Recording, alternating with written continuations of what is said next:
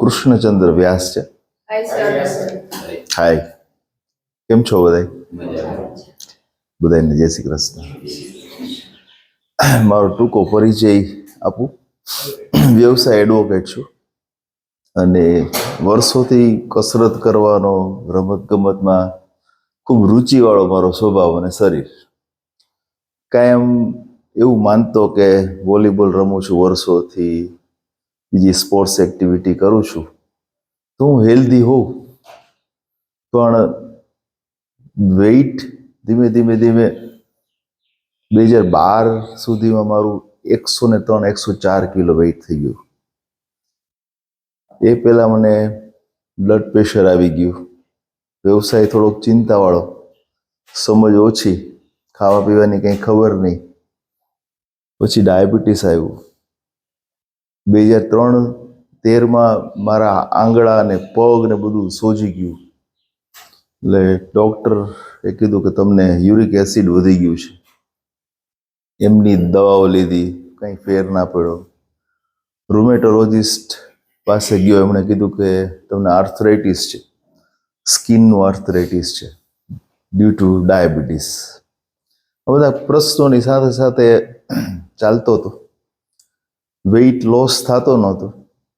પછી ધીમે ધીમે બધી એક્સરસાઇઝ ને પ્રાણાયામ ને યોગાસન ને એવું ચાલુ હતું. પછી વોલીબોલ તો રમે એ કંઈ એવું હતું નહીં શરીર. એમાં મને 13 જાન્યુઆરી 2023 રોજ અંશુયાબેનનો, પૂજાબેનનો એનો પરિચય થયો. મારી ઘરે આવ્યા, મને સમજાયું. એમની પોતાની, અંશુયાબેનની ખુદની જે મુશ્કેલીઓ હતી એની ચર્ચા કરી. એટલે મને વિશ્વાસ બેઠો કે કંઈક એવું હશે કે આટલા બધા મુશ્કેલીઓમાંથી આ બેન મારી સાથે વાત કરે છે, ઊભા છે. અત્યારે તો ઘણા તંદુરસ્ત છે, ત્યારે થોડાક હજી જાડા હતા. હા, એટલે મને કોમને મેં આ બધી વસ્તુની હા પાડી અને હું આમાં જોડાવાનો હતો. મારા વાઈફને કંઈ બહુ રસ નહોતો, એ સાઈડમાં બેઠી હતી, પલ્લવી. મને ની રિપ્લેસમેન્ટ માટે ડૉક્ટર અવિનાશભાઈએ કીધેલું, ડીકે શાહે કીધેલું. તમે બધી એજ નથી એવડી કે મારે ની રિપ્લેસ કરવું પડે અને મારે નીચે બેસવું હોય, એવા બધા કોમ્પ્લિકેશન્સ થાય. એટલે હું એનાથી બીતો હતો. પછી 13 જાન્યુઆરી 23થી મેં આપણી રાણી જેવી ચા ચાલુ કરી અને રાજા જેવો નાસ્તો. એટલે મારો પ્રશ્ન એવો હતો કે હું આ કેટલા ટાઈમમાં મૂકી દઉં તો મને વાંધો ન આવે. અંશુએબેન કે પહેલાં ચાલુ તો કરો, પછી મૂકજો ધીમે ધીમે, તમ તારે એવું નથી. ત્યારે મારું મોસ્ટલી લગભગ 94ની આજુબાજુમાં વેઇટ હતું.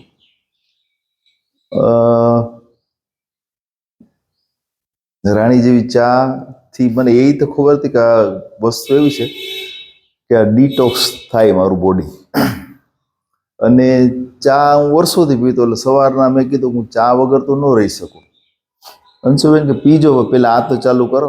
એટલે એમને મારા તરફ કોન્ફિડન્સ હતો, એમને આ બધી વસ્તુમાં કોન્ફિડન્સ હતો કે આ વસ્તુ એકવાર ચાલુ થશે ને એટલે જે હું મારા મનના વિચારો દ્રઢપણે છે કે આટલું આમ જ હોવું જોઈએ, આવું ખાવું જોઈએ, આવું ચા પીવી જોઈએ, એ ધીમે ધીમે વોશ આઉટ થશે.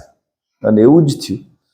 હું લગભગ હવે અમારા ઘરમાં દૂધ નથી આવતું, અમે ચા નથી પીતા. સવારના ઉઠીને હું 2 વોર્મ વોટર 2 ગ્લાસ પી જાઉં છું. પછી આપણી આ રાણી જેવી ચા પીઉં છું. પછી મારા પ્રાણાયામ, મારા યોગાસન, એવું બધું, સાયકલિંગ, જાદુ કરું છું. હું હા ના કહું છું.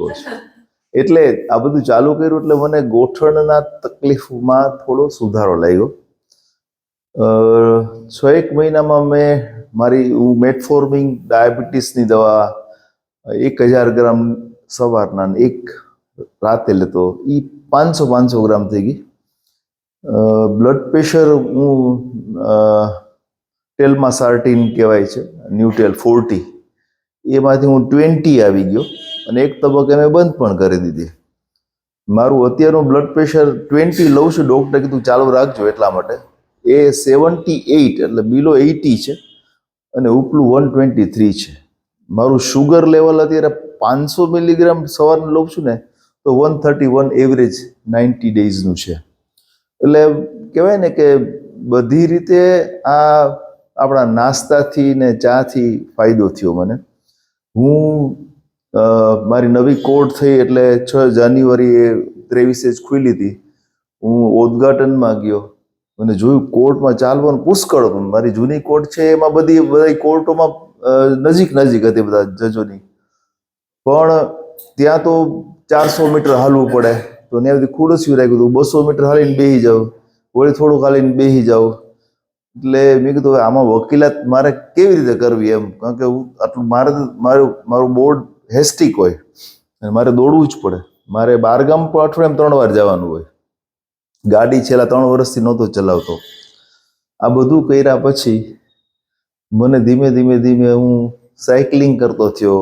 15-20 કિલોમીટર સાયકલ અત્યારે ચલાવું છું. 2-3 કિલોમીટરનું સવારનું વોક મારું કરી લઉં છું અઠવાડિયે 2 દિવસ. કોર્ટમાં મને ક્યાંય દિક્કત એવી નથી રહેતી કે હું હાલીને જાઉં તો મને પગ દુખવા માંડ્યું, એવું કશું પ્રોબ્લેમ નથી. આ બધા ફાયદા ઉપરાંત એક બીજો બહુ મોટો ફાયદો હતો કે મને એસિડિટી એટલી બધી હતી કે હું દર અઠવાડિયે મારે સાયરા ડી લેવી પડે અને એ ન લઉં તો મને તરત એસિડ થાય છે. મેં 2 વર્ષથી સાયરા ડી જોઈ નથી